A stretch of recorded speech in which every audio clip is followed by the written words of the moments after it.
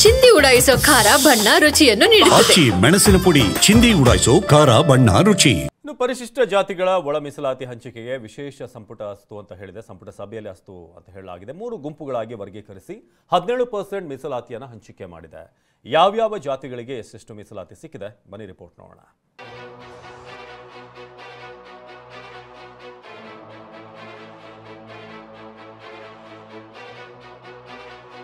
ಒಂದಲ್ಲ ಎರಡಲ್ಲ 30 ವರ್ಷಗಳ ಕೂಗು, ಲೆಕ್ಕವಿಲ್ಲದಷ್ಟು ಪ್ರತಿಭಟನೆ, ಹೋರಾಟಗಳು. ಪ್ರತಿ ಚುನಾವಣೆ ಸಂದರ್ಭದಲ್ಲೂ ರಾಜಕೀಯ ಪಕ್ಷಗಳಿಗೆ ಅಸ್ತ್ರವಾಗಿದ್ದ ವಿಷಯ. ಬರೋಬ್ಬರಿ 5 ಆಯೋಗಗಳ ರಚನೆ. ಪ್ರತಿ ಬಾರಿಯೂ ಒಂದಲ್ಲ ಒಂದು ರೀತಿ ಪರಿಷ್ಕರಣೆ. ಇದು ಪರಿಶಿಷ್ಟ ಜಾತಿಯ ಒಳ ಮೀಸಲಾತಿ ಜಾರಿ ವಿಚಾರವಾಗಿ ನಡೆದಿದ್ದ ಬೆಳವಣಿಗೆಗಳು. ರಾಜ್ಯ ಸರ್ಕಾರಕ್ಕೆ ಸವಾಲಾಗಿದ್ದ ಪರಿಶಿಷ್ಟ ಜಾತಿ ಒಳ ಮೀಸಲಾತಿ ಜಾರಿ ಕೊನೆಗೂ ಸಕ್ಸಸ್ ಆಗಿದೆ. ಮಾದಿಗ ಸಮುದಾಯದ 3 ದಶಕಗಳ ಹೋರಾಟಕ್ಕೆ ಜಯ. ಒಳ ಮೀಸಲಾತಿ ಹಂಚಿಕೆಗೆ ವಿಶೇಷ ಸಚಿವ ಸಂಪುಟ ಸಭೆ ಅಸ್ತು. ಸಿಎಂ ಸಿದ್ದರಾಮಯ್ಯ ಅಧ್ಯಕ್ಷತೆಯಲ್ಲಿ ನಿನ್ನೆ ನಡೆದ ವಿಶೇಷ ಸಂಪುಟ ಸಭೆಯಲ್ಲಿ ಪರಿಶಿಷ್ಟ ಜಾತಿಗಳಿಗೆ ಒಳ ಮೀಸಲಾತಿ ಹಂಚಿಕೆ ಮಾಡುವ ಮಹತ್ವದ ನಿರ್ಧಾರ ಕೈಗೊಳ್ಳಲಾಗಿದೆ. ನಿವೃತ್ತ ನ್ಯಾಯಮೂರ್ತಿ ನಾಗಮೋಹನ್ ದಾಸ್ ನೇತೃತ್ವದ ಏಕಸದಸ್ಯ ಆಯೋಗದ ವರದಿ ಆಧರಿಸಿ ಒಳ ಮೀಸಲಾತಿ ಹಂಚಿಕೆ ಮಾಡಿದೆ. ಇದರೊಂದಿಗೆ ಕರ್ನಾಟಕ ರಾಜ್ಯದ ದಲಿತ ಎಡಗೈ ಸಮುದಾಯದ ದಶಕಗಳ ಹೋರಾಟಕ್ಕೆ ಕೊನೆಗೂ ಜಯ ಸಿಕ್ಕಿದೆ. ಪರಿಶಿಷ್ಟ ಜಾತಿಗಳನ್ನ 3 ಗುಂಪುಗಳಾಗಿ ವರ್ಗೀಕರಿಸಿ ಒಳ ಮೀಸಲಾತಿ. ಸದ್ಯ ಎಸ್ಸಿ ಪಟ್ಟಿಯಲ್ಲಿ 101 ಜಾತಿಗಳಿದ್ದು ಒಟ್ಟು 17% ಮೀಸಲಾತಿ ಇತ್ತು. ಆದ್ರೀಗ ಒಳ ಮೀಸಲಾತಿಯನ್ನ ಜಸ್ಟಿಸ್ ನಾಗಮೋಹನ್ ದಾಸ್ ವರದಿಯನ್ವಯ 3 ಗುಂಪುಗಳಾಗಿ ವಿಂಗಡಿಸಿ ಒಳ ಮೀಸಲಾತಿ ನೀಡಲಾಗಿದೆ.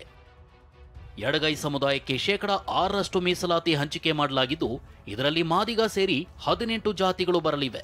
ಇನ್ನು ಬಲಗೈ ಸಮುದಾಯಕ್ಕೂ 6% ಮೀಸಲಾತಿ ಹಂಚಿಕೆ ಮಾಡಲಾಗಿದ್ದು, ಇದರಲ್ಲಿ ಹೊಲೆಯ ಸೇರಿ ಒಟ್ಟು 20 ಜಾತಿಗಳು ಇರಲಿವೆ. ಉಳಿದಂತೆ 5% ಮೀಸಲಾತಿಯನ್ನ ಲಂಬಾಣಿ, ಬಂಜಾರ, ಬೋವಿ, ಕೊರಮ, ಕೊರಚ, ಅಲೆಮಾರಿ ಸೇರಿದಂತೆ ಒಟ್ಟು 63 ಪರಿಶಿಷ್ಟ ಜಾತಿಗಳಿಗೆ ಹಂಚಿಕೆ ಮಾಡಲಾಗಿದೆ.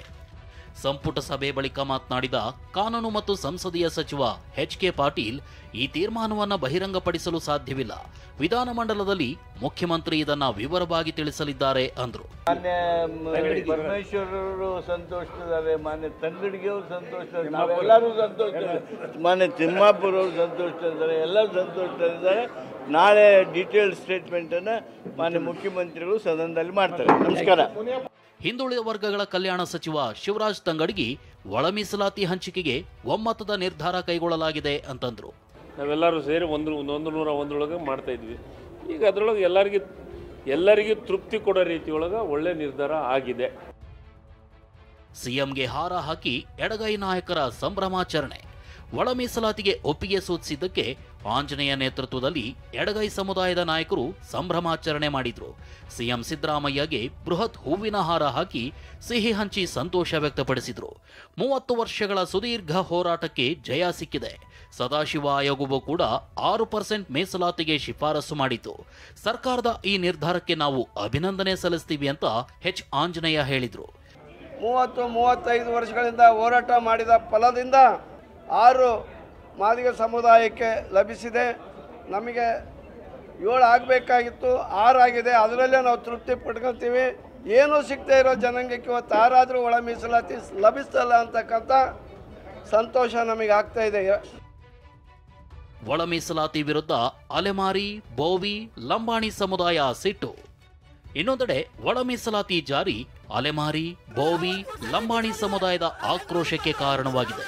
ನಮ್ಮ ಹಕ್ಕನ್ನ ಕಸಿದುಕೊಳ್ಳಲಾಗಿದೆ ಅಂತ ಕಿಡಿಕಾರಿದ್ದಾರೆ. ವಿಧಾನಸೌಧದ ಆವರಣದಲ್ಲೇ ಅಲೆಮಾರಿ ಸಮುದಾಯದ ಮುಖಂಡರು ಸರ್ಕಾರ ನಮ್ಮನ್ನ ಬೀದಿಗೆ ತಂದಿದೆ, ಇತರೆ ಸಮುದಾಯಗಳ ಜೊತೆ ಸೇರಿ ಅನ್ಯಾಯ ಮಾಡಿದೆ ಅಂತ ಕಿಡಿಕಾರಿದ್ರು.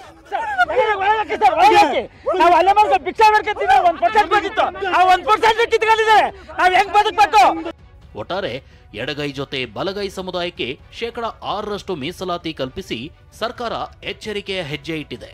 ಆದರೆ ಲಂಬಾಣಿ, ಬೋವಿ, ಅಲೆಮಾರಿ ಸೇರಿದಂತೆ 60 ಪರಿಶಿಷ್ಟ ಜಾತಿಗಳಿಗೆ 5% ಮೀಸಲಾತಿ ನೀಡಿರೋದು ಹೊಸ ಸಂಘರ್ಷಕ್ಕೆ ನಾಂದಿ ಹಾಡಿದೆ. ಹರೀಶ್, ಟಿವಿ9 ಬೆಂಗಳೂರು.